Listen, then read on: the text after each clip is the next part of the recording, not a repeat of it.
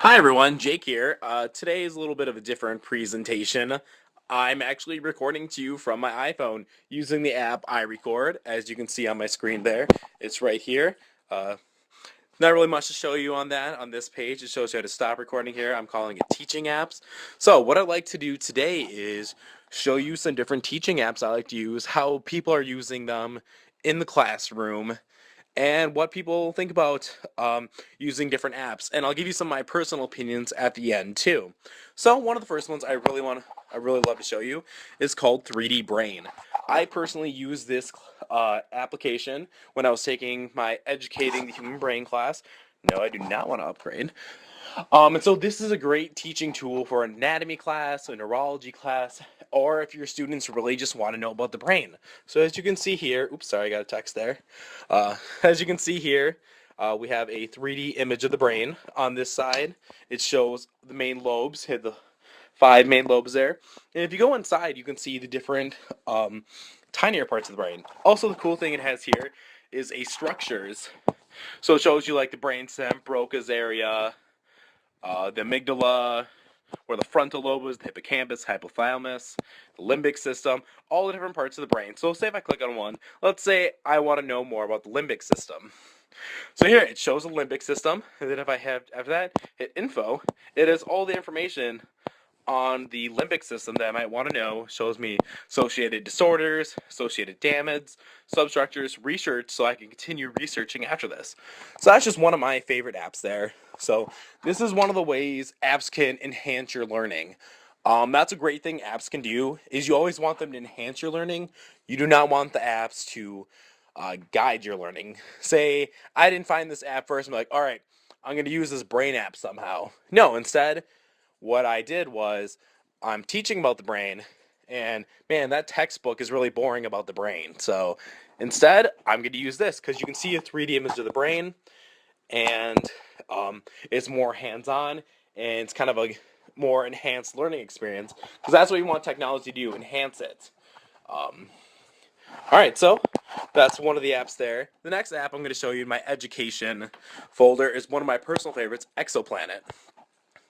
So here in Exoplanet, I first used this app when I was working on my teaching extravaganza. Like you might have I mentioned that in my Pinterest blog post.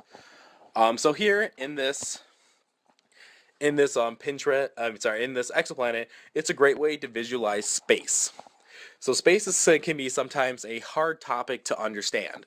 And so here, this is the entire Milky Way galaxy, or at least all the stars we know. So like we can zoom in and see all those tiny little dots there. Those are stars, and I'd be pretty impressed if you can count them because they're almost infinite. Especially as we get closer to our sun, we get more observable stars. And then you may notice the little red and green dots. Those are actually exoplanets. So that means planets outside of our solar system.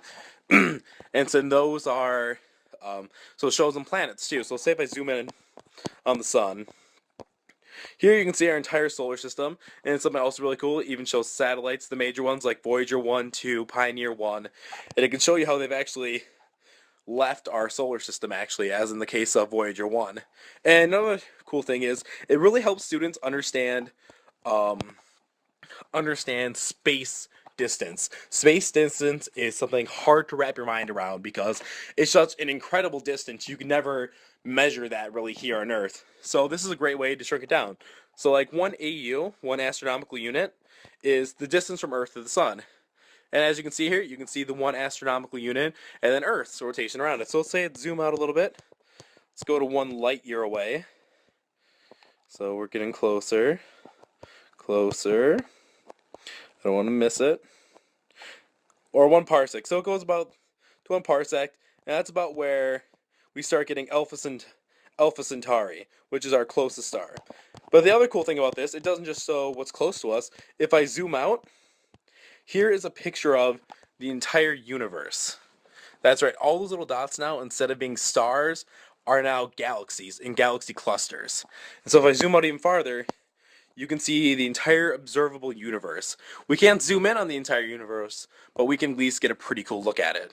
So this is one of my favorite apps. The last app I'm going to show you is for any of you outdoor lovers or if you ever want to talk about stars, things like that, this works great. Star Walk, what you do, once it finishes loading, you take it outside, point it up at the sky, and it shows you which constellations are out in the sky. This is really good. I actually find this really good for storytelling. One of my favorite things to do is point out a constellation and tell a story on it. Well, this thing helps me practice finding constellations and let students find constellations in their own time. Alright, so that kind of ends my apps I'm going to show you today. And so I just want to talk a little bit about the importance of apps and where you could possibly go wrong with apps. So one of the things I had mentioned earlier and that we talked about in class too was making sure technology is enhancing your experience, not guiding the entire experience.